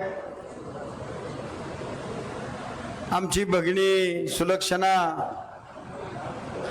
उमेदवार अभय साळुंखे, आमचे जिल्हा बँकेचे अध्यक्ष, काँग्रेसचे नेते, आबाईंनी ज्यांची ज्यांची सगळ्यांची नावं गेली डॉक्टर सहित, ते सगळे, आणि ज्यांची नावं घेतली नाहीत ते पण सगळे. बंधू भगिनींनो, उद्याच्या 20 तारखेला तुम्हाला 5 वर्षासाठी पुढचा आमदार ठरवण्यासाठी मतदान करायचं आहे. ते मतदान करत असताना हाताचा पंजा हे काँग्रेस पक्षाचं चिन्ह आणि उमेदवार अभय साळुंके यांना बटन दाबून करावं अशी विनंती करण्याकरता आम्ही तुमच्याकडे आलेलो आहे. 20 तारखेला गडबडायचं नाही, गोंधळायचं नाही. अतिशय साधं, सोपं, सुटसुटीत, बिनखर्चाचं काम आहे. 20 तारखेला सकाळी आंघोळ करायची आणि मतदान केंद्रावर लाईनीत जाऊन उभं राहायचं. बिना आंघोळ केल्याचं जाऊ नका आणि शांतपणे चित्र पाहायची आणि हाताच्या पंजाचं चित्र दिसेल तिथं बटन दाबा. टिंग वाजलं की अभय गोईंग मुंबईला. इतकं साधं सोपं काम आहे. आपण मगाच्या धरणं पाहतोय, हा धनगर समाजाचा मेळावा आहे आणि धनगर समाजाच्या कार्यकर्त्याला थोडं राजकीय समाधान होईल असं मार्गदर्शन व्हावं म्हणून आम्हाला बोलवलंय.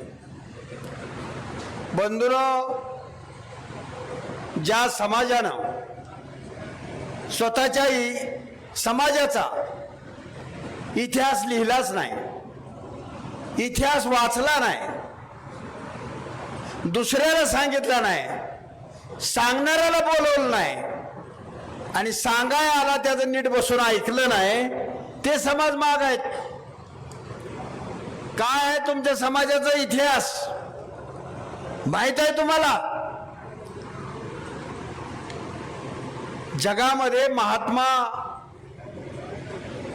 भारतरत्न, अनेक पदवी आहेत, पण पुण्यश्लोक ही पदवी फक्त स्वर्ग, मृत्यू आणि पाताळ त्रिखंडामध्ये असणारी एकमेव पदवी आहे. कुणाला आहे? पुण्यश्लोको नलो राजा, पुण्यश्लोको युधिष्ठिरा, पुण्यश्लोको जगन्नाथा आणि पुण्यश्लोको अहिल्या माता. नळ राजा पुण्यश्लोक, धर्मराजा पुण्यश्लोक, भगवान श्रीकृष्ण पुण्यश्लोक आणि अलीकडल्या जातीत, मानव जातीत फक्त अहिल्याबाई होळकर पुण्यश्लोक आहेत. ती पदवी तुमच्या समाजात आहे. जगातली सर्वश्रेष्ठ पदवी, अनेकांना पदव्या मिळाल्या, पण पुण्यश्लोक फक्त धनगर समाजातील एका 300 वर्षापूर्वी स्त्रीला. इतिहास माहित नाही.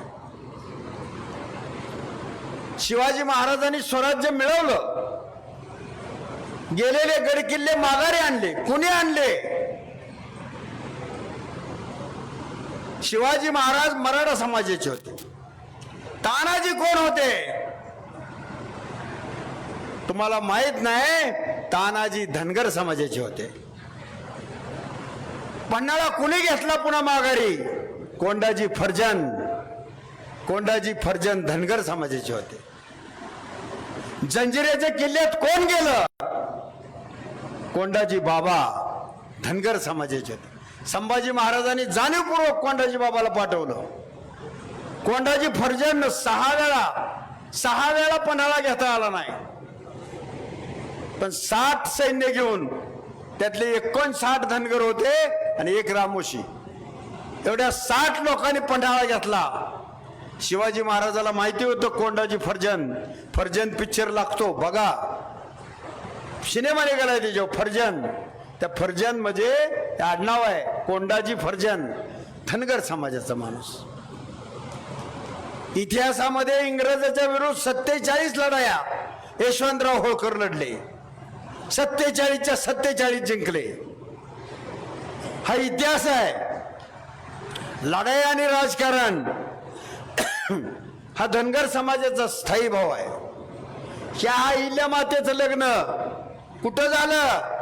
पुण्याला शनिवार वाड्यासमोर पेशव्यांनी लग्न लावून दिलं. छत्रपती शिवाजी महाराजांचे नातू संभाजी महाराजांचा थोरला मुलगा शाहू शनिवार वाड्यासमोर असे स्टेजवर बसले. एका मांडीवर अहिल्याबाईला घेतलं आणि एका मांडीवर खंडूला. आपल्या मराठेशाहीच्या राजकारणामध्ये हिंदू धर्मामध्ये त्याला टाळू हुंगून लग्न लावलं म्हणतात. छत्रपतीच्या मांडीवर अहिल्याबाईचं लग्न लागलं. हा इतिहास आहे. मराठेशाहीच्या इतिहासामध्ये नोंद आहे. मराठ्यांच्या मुलीपैकी सर्वात मोठं लग्न या देशामध्ये जर कुणाचं झालं असेल तर ते अहिल्याबाईचं. का? तर मल्हाररावचा दबदबा अख्ख्या देशामध्ये होता आणि सगळे राजे नजराना घेऊन मल्हाररावच्या मुलाचं लग्न म्हणून मल्हाररावला खुश करण्यासाठी पुण्याला आले होते. त्यामुळे देशातले सगळे राजे एका लग्नात टिपू सुलतानापासून ते नवाबापासून ते काश्मीरच्या राजापर्यंत एका धनगर समाजाच्या मुलीच्या लग्नात होते. पण त्यावेळी धनगर आणि मराठा असं नव्हतं. सगळे मराठा. जे लढतायत सरदार ते मराठा, बोलतायत ते मराठी ते मराठा, असं होतं. दुर्दैवानं स्वातंत्र्यानंतर धनगर समाजामध्ये याची जाणीव कमी पडली. शिक्षणाचा अभाव झाला. इतिहास कोणी कुणाला सांगितला नाही आणि त्यामुळं माघार आहे. आबाईला मत द्या आणि दिलं पाहिजे असं सांगायला तुम्ही मी जेव्हा आलोय तेव्हा त्याला काही कारण आहे. महाविकास आघाडीनं राष्ट्रवादी काँग्रेस आणि शिवसेना यांनी सुद्धा आम्ही खूप जागा सांगितल्या होत्या धनगर समाजाचे उमेदवार कुठं, पण बऱ्यापैकी जागा आपल्याला दिलेल्या आहेत. आणि म्हणून महाविकास आघाडीनं जास्तीत जास्त जागा धनगर समाजाला आमदारकीच्या दिलेल्या आहेत. अभय तर जातीलच. तुम्हाला माहितीसाठी सांगतो, मी सोलापूर जिल्ह्यातून येतो. सोलापूर जिल्ह्यात सध्या महाविकास आघाडीचे 5 उमेदवार धनगर समाजाचे लढत आहेत. करमाळ्यामध्ये नारायण पाटील राष्ट्रवादी काँग्रेसनं उमेदवारी दिली. माळशिरसमध्ये उत्तम जानकर राष्ट्रवादी काँग्रेसनं उमेदवारी दिली. शेतकरी कामगार पक्षाचे सांगोल्यात बाबासाहेब देशमुख लढत आहेत आणि सोलापूर मध्यमध्ये चेतन नरोटे काँग्रेसच्या तिकिटावर लढत आहेत. इकडं औरंगाबादमध्ये लहू शेवाळ्यांना काँग्रेसनं उमेदवारी दिली. उमेदवार उभा राहायला पाहिजे. राजकारण हा विषयच असा आहे की या रावसाहेबांनी बसा खांद्यावर कोणी म्हणत नाही. खास दिसण्या तलवार काढली गेलं की मुजरा आहे. तुम्हाला तलवार काढता आली पाहिजे. राजकारणामध्ये बाकी काही चालत नाही. तलवार काढल्याबरोबर लगे वाकून मुजरा आहे. राजकारणामध्ये लढलं पाहिजे, उभा राहायला पाहिजे. पडं नका पडलं तर, पण उभा राहायला पाहिजे.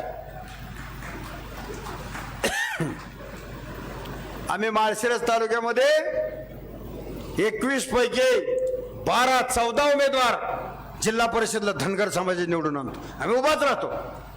आम्ही निवडून येणार. आमच्याशिवाय कुणी येणार नाही. मी कुणालाही येऊ देणार नाही आणि मी आल्याशिवाय राहणार नाही. लोक म्हणायचे यालाच मत द्या.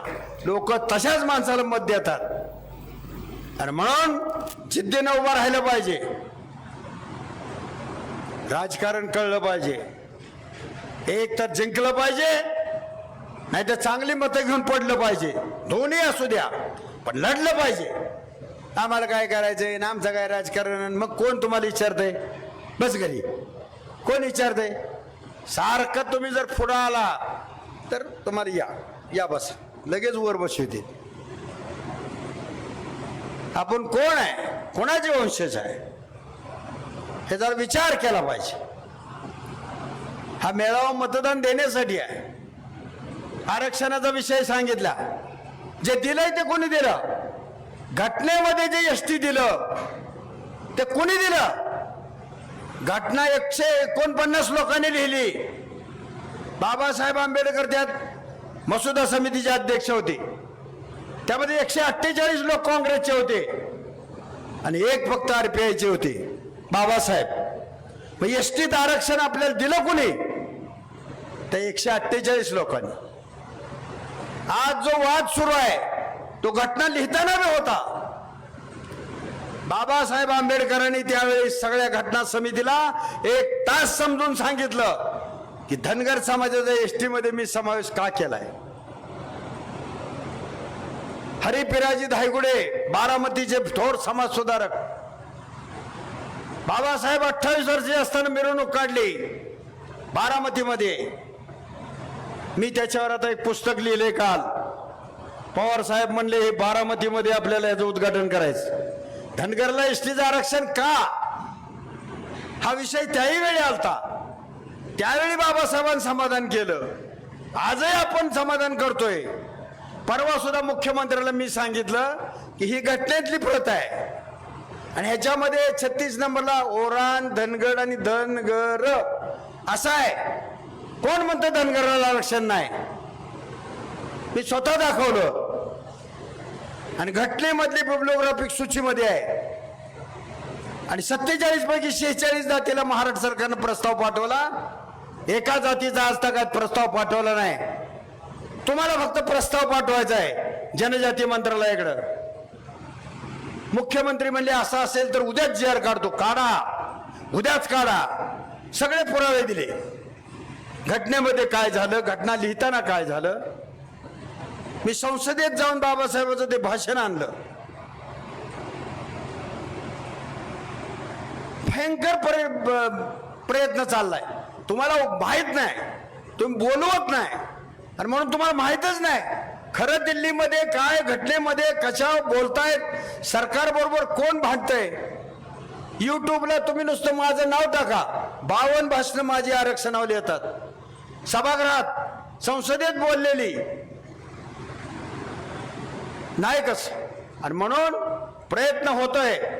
आहे आरक्षण, एनटीचं दिलं. कोणी दिलं? शिवाजी बापू शेंडगे काँग्रेसचे, त्यांनी प्रयत्न केला. पवार साहेब मुख्यमंत्री, त्यांनी दिलं. आणि तेही राजीव गांधीला सांगलीला आणून दिलं. राजीव गांधी सांगलीला आले काँग्रेसचे, त्यांनी ढोल वाजवला आणि त्यांनी सांगितलं की आजपासून एसटीचं मिळेपर्यंत एनटीचं आरक्षण. 22 मार्च 17ला ह्याच देवेंद्र फडणवीस यांनी काल एक जी.आर काढलाय आणि आपलं सध्याचं एनटीचं आरक्षण सुद्धा बंद केलंय. मी देवेंद्र फडणवीसला परवा म्हणलं, देवेंद्रजी एसटीचं द्यायचं सोडा, पण जे आम्हाला मिळत होतं ते बंद तुम्ही का केलं? हे म्हणले असं कसं झालं? म्हणलं बघा तुमचाच जी.आर आहे. मी त्यांना जी.आर दाखवला. मला म्हणले आप्पा 8 दिवसात मी हे दुरुस्त करतो. करावंच लागेल. जे चालू आहे ते बंद कसं करता? आज तागायत चालू केलेलं नाही. म्हणजे मिळत होतं तेही बंद केलं. आणि मुख्यमंत्री काल जी.आर काढत होते मागच्या आठवड्यात. देवेंद्र फडणवीसांनी सांगितलं आमच्या भारतीय जनता पक्षाचा धनगराला आरक्षण देण्यास जोरदार विरोध आहे, अजिबात देऊ नये. आता सांगा तुम्ही कुणाला मतदान देणार? भारतीय जनता पक्ष जर म्हणत असेल, हे मी स्वतः साक्षीदार आहे. स्वतः देवेंद्र फडणवीसांनी सांगितलं की आमचं वनवासी कल्याण आश्रम एक संघटना आहे, त्यांचा विरोध आहे. मी म्हटलं त्यांचा काय प्रश्न येतो? त्यांचा काय प्रश्न येतो? 4 भाऊ होते, त्याला 40 एकर जमीन होती एका माणसाला, प्रत्येकाला 10-10 एकर येते. एक जण मुंबईला सर्व्हिसला होता, मग त्याचे 10 एकर तिघं खात होती इथं. आता तो रिटायर होऊन इकडे आला. मग ह्या तिघातलं 10 एकर द्यायला ह्या तिघाव काय अन्याय? तसा आदिवासीवर काय अन्याय? 7% आरक्षण हे सगळं कॅल्क्युलेशन करून ठरलंय. आणि हे सचिव बसलेत वाघमारे, ह्या वाघमाऱ्याला विचारा. काल केंद्र सरकारला ह्याने आदिवासी संख्या 3 कोटी कळवली.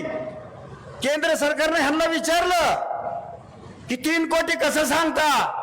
तर त्यांनी सांगितलं 1 कोटी आदिवासी आणि 2 कोटी धनगर, असे 3 कोटी आदिवासी महाराष्ट्रात राहतात.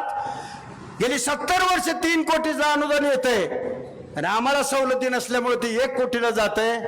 कसला मुख्यमंत्री तुम्ही? नॅचरल जस्टिस बघता, कुणाला न्याय देता? मिळालेला न्याय सुद्धा आम्हाला मिळू देत नाही, लोकसंख्येच्या प्रमाणात न्याय मिळू देत नाही. आणि म्हणतो ना, हा अन्याय दूर करण्यासाठी आपल्याला क्रांती करावं लागेल. आपल्या हातात ताकद आहे, शिक्का आहे, मत आहे. मत ही आपली इज्जत आहे. आबरू कुणी कुणाला विकत नाही, ती विकायची नसते, पण तिची ताकद दाखवायची असते. जे ताकद दाखवतात त्यांना सगळं मिळतंय. जे संघटित आहेत त्याला सगळे भीत आहेत. तेव्हा संघटित झालं पाहिजे. अभ्यासू माणसं पुढे मांडाय गेली पाहिजे. रस्त्यावरची लढाई तुम्ही लढली पाहिजे. अनेक वेळा हे होत आहे, पण भारतीय जनता पक्षाचं आरक्षणाच्या बाबतीतचं धोरण खराब आहे आणि म्हणून आपल्याला त्यांना मत द्यायचं नाही. हे तुमचे उमेदवार माझ्या चांगल्या परिचयाचे आहे. कोण कोणासाठी काय बोलतं ह्याला महत्वाचं आहे. आणि म्हणून अभय सारख्या तुमच्याच म्हणजे असं काही टेंबा आणि मोठी मिरवणूक काढणारा माणूस नाही. अभय म्हटलं तर दलित समाजाचा होऊ शकतो, धनगर समाजाचा होऊ शकतो. कोणत्याही उमेदवाराला जात नसते. उमेदवार हा सगळ्या समाजाने मान्य केलेला उमेदवार असतो आणि म्हणून आपण सगळ्यांनी त्यांना मतदान करण्याची गरज आहे. मी परवा सगळ्या उमेदवाराची इंटरव्ह्यू घ्यायला होतो. डॉक्टर बी होते, सगळे होते. आम्ही सगळेच चांगल्या प्रकारे उमेदवार आपल्याकडे आहेत निलंग्यामध्ये असं दिलं. पण उमेदवार शेवटी एकच ठरतो. आपल्याकडे ताकदीचे उमेदवार आहेत. डॉक्टरनी मुलाखत दिली होती, त्यांची शिफारस झाली होती, पण अभयला न्याय मिळाला. जागा एक नसते, अनेक असतात. तुमच्यापैकी कुणाला जिल्हा परिषद देऊ, कुणाला पंचायत समितीला देऊ, कुणाला महामंडळावर घेऊ. सरकार आल्यानंतर अनेक त्या दर्जाची पदं असतात. जे जे उमेदवार आमच्याकडे आलते त्या सगळ्या उमेदवाराला न्याय दिला जाणार आहे. कुणाला विधान परिषदेवर घेऊ, कुणाला राज्यसभेवर घेऊ. बंधुरो, काँग्रेस हा फार मोठा पक्ष आहे, जुना पक्ष आहे, देशाचं नेतृत्व करणारा पक्ष आहे आणि स्वातंत्र्याची चळवळ राबवून स्वातंत्र्य मिळवून देणारा पक्ष आहे. त्यामुळं धनगर समाजाला जे काही दिलंय ते काँग्रेसनं दिलंय आणि यापुढे देईल ती काँग्रेसच देईल. आरक्षणाला विरोध असणारी पार्टी देणार नाही. आणि म्हणून आपण सगळ्यांनी अतिशय सामान्य कुटुंबातला शेतकरी वर्गातला उमेदवार आम्ही आपल्या पुढे दिलेला आहे. नाव आहे अभय. अभय याचा अर्थ भय नाही, कसलीही भीती नाही असं त्या नावात आहे. त्यामुळं अभयला तुम्ही अभय देणं गरजेचं आहे. 20 तारखेपर्यंत तुम्ही अभयला अभय द्या. 20 तारखेनंतर 5 वर्षे अभय तुमच्यावर छत्र धरील, तुम्हाला अभय देईल आणि पुन्हा अभयला सांगायला, शिकवायला, पुढे न्यायला, मुंबईत न्यायला आम्ही आहेच ना. आम्ही तुमचेच आहे ना, काळजी करू नका. आम्ही का सांगायला आलो की अभय जेव्हा तिथे जातील तेव्हा ह्या सगळ्याला गोळा करून मुख्यमंत्र्यापुढे उभा करून दबाव निर्माण करण्याचं काम आम्ही मुंबईत करू. आणि म्हणून आपल्याला तिथं आपल्यावर येणारा, आपली बाजू मांडणारा आणि आपल्यासाठी बोलणारा उमेदवार पाहिजे. अतिशय चांगला, दमदार, बोलका, धडाडीचा आणि चळवळीत आलेला नेता आहे. मी तुम्हाला खात्रीनं सांगतो, निश्चितपणे नवीन काहीतरी करतील. अभयच करील असं नाही, आपणही केलं पाहिजे. मी तुम्हालाही सांगतो, तुम्ही चळवळीतनं संघटित झालं पाहिजे. राज्यकर्ते पण पुढे आलं पाहिजे, निवडणुका लढवल्या पाहिजे, समाजाच्या जयंत्या पुण्यतिथ्या साजऱ्या केल्या पाहिजे आणि समाजाला मार्गदर्शन सुद्धा केलं पाहिजे.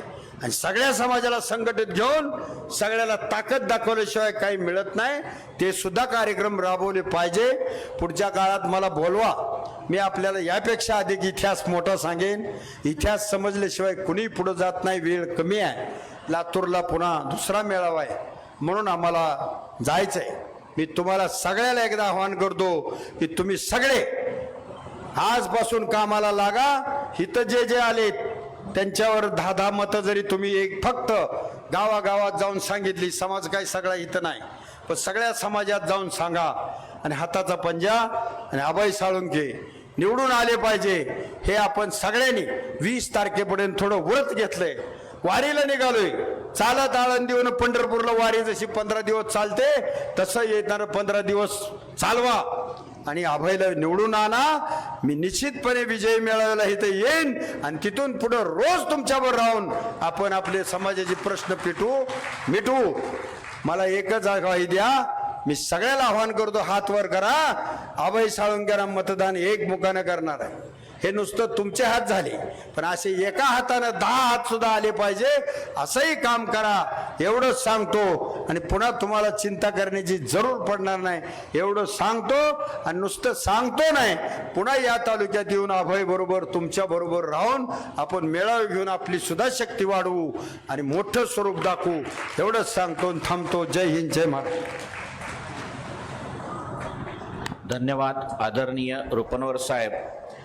यानंतर आपण ज्यांची वाट बघत आहोत, ज्यांच्या मार्गदर्शनाची, ज्यांच्या आशीर्वादाची वाट बघत आहोत, असे अहिल्यादेवी होळकर यांचे वंशज आदरणीय भूषणसिंह राजे महाराज यांना मी विनंती करतो की आम्हाला मार्गदर्शन व आशीर्वाद द्यावा.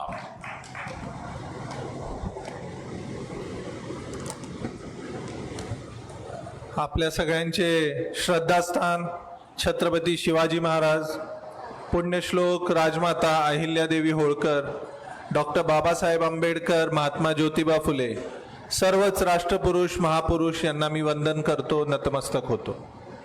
या मंचावर उपस्थित आमचे मार्गदर्शक, आपल्या समाजाचे ज्येष्ठ नेते रामहरी रुपनरप्पा, आमच्या बहीण आणि आमच्या पक्षातल्या सहकारी सक्षनाताई, आपल्या सर्वांचे लाडके, या भूमीत आपल्याबरोबर नेहमीच सक्षमपणे आपल्या सगळ्या प्रश्नांसाठी लढणारे आपल्या काँग्रेस पक्षाचे उमेदवार अभयदादा, व्यासपीठावर उपस्थित आमचे मित्र आणि लातूरचे एकनाथ पाटील साहेब, मंचावर उपस्थित सर्वच सहकारी, आपण सगळेच तोलामोलाचे आहात. वेळ कमी असल्यामुळे मी आज प्रत्येकाचं नाव इथं घेणार नाही. आणि माझ्या समोर उपस्थित असलेले आपण सर्व माझे बंधू आणि भगिनी, आज आपल्यामध्ये इथं येण्याचं विशेष कारण आहे. आज महाराष्ट्राची परिस्थिती जर आपण पाहिली तर जाती जातीमध्ये, धर्माधर्मामध्ये आपण विभागलेलो दिसतोय. आणि ह्या गोष्टीसाठी कारणीभूत आहे भाजपा. मराठा ओबीसी मध्ये वाद लावला, धनगर मराठ्यांमध्ये वाद लावला. कशासाठी? तर आपली सत्ता टिकवून ठेवण्यासाठी. ज्या महाराष्ट्राने या देशाला दिशा दिली, 18 पगड जातींना सोबत घेऊन छत्रपती शिवाजी महाराजांनी आणि त्यांच्यानंतर सुभेदार मल्हारराव होळकरांनी उत्तरेमध्ये अटकेपार झेंडा फडकवला, त्या महाराष्ट्राची आज जर आपण परिस्थिती पाहिली तर शोकांतिका वाटते की या महाराष्ट्रामध्ये, छत्रपतींच्या अहिल्यादेवींच्या महाराष्ट्रामध्ये या भाजपानं काय पेरून ठेवलेलं आहे.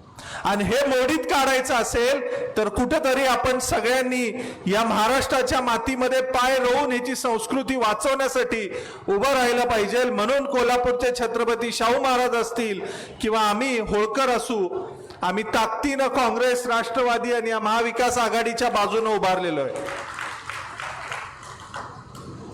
आपण इथं मला घोंगडा आणि काठी देऊन सन्मान केला. नेहमीच आपण धनगर मंडळी घोंगडा आणि काठी याला सन्मानाने बघतो. पूर्वी अशी म्हण होती की धनगर जिथं जाऊन घोंगडी अंतरून बसेल तेच त्याचं सिंहासन आणि तेच त्याचं राज्य. मला आज तुम्हाला हेच सांगायचं आहे की मागच्या अनेक दशकांपासून, 30 ते 40 वर्षांपासून तुम्ही या निलंगेकर कुटुंबाला इथं सत्ता दिली. घोंगडी अंतरून त्यांना तुम्ही सिंहासनावर बसवलं, पण त्यांनी तुमचे किती प्रश्न इथं सोडवले. मला आता तुम्हाला आणि या विरोधकांना हेच सांगायचं आहे की आतापर्यंत तुम्ही आमची घोंगडी पाहिली, त्या सत्तेचा उपभोग घेतला, पण लक्षात ठेवा आतापर्यंत जो अन्याय तुम्ही आमच्या समाजावर केलाय, या समाजाकडे जशी घोंगडी अंतरून सिंहासनावर बसवायची ताकद आहे तशीच आमच्या हातात काठी सुद्धा आहे. आणि वेळ प्रसंगी तुम्ही आमच्या आड आलात तर या काठीनं तुम्हाला ठोकून काढल्याशिवाय हा समाज राहणार नाही. 2014 मध्ये देवेंद्र फडणवीसांनी आपल्याला काय सांगितलं होतं? पहिल्या कॅबिनेटमध्ये आम्ही तुम्हाला आरक्षण देऊ. भोळा बाबडा धनगर समाज आपला आपण सगळे एक दिलानं त्यांच्या पाठीशी राहिलो. 10 वर्ष होऊन गेले, पण या फडणवीसांनी आरक्षणावर एक शब्द सुद्धा काढला नाही. आणि आता निवडणुकीच्या आधी आपल्याच विरोधात GR काढला. हे तुम्हाला गृहीत धरायचं काम करतंय भाजपा, हे तुम्ही लक्षात ठेवा. आणि आपल्याला सांगितलं जातं की महाविकास आघाडी तुमच्या विरोधात आहे, धनगर आरक्षणाच्या विरोधात आहे. 10 वर्ष आपण अनुभवलंय नेमकं कोण आपल्या विरोधात आहे. त्यामुळं आता आपण जागरूकपणे इथं मतदान केलं पाहिजे. आणि ही फक्त इथं धनगर समाजाची किंवा आपल्या आरक्षणाची लढाई नाहीये. मूलभूत सुविधांचा तुम्ही विचार करा. आज रोजगाराचे प्रश्न बघा, किती तरुणांना रोजगार आहे या महाराष्ट्रामध्ये. शेतीचे प्रश्न बघा, पाण्याचे प्रश्न बघा तुमच्या भागामध्ये, शेतकऱ्यांची अवस्था बघा. आज महिलांना लाडकी बहीण योजना यांनी चालू केली.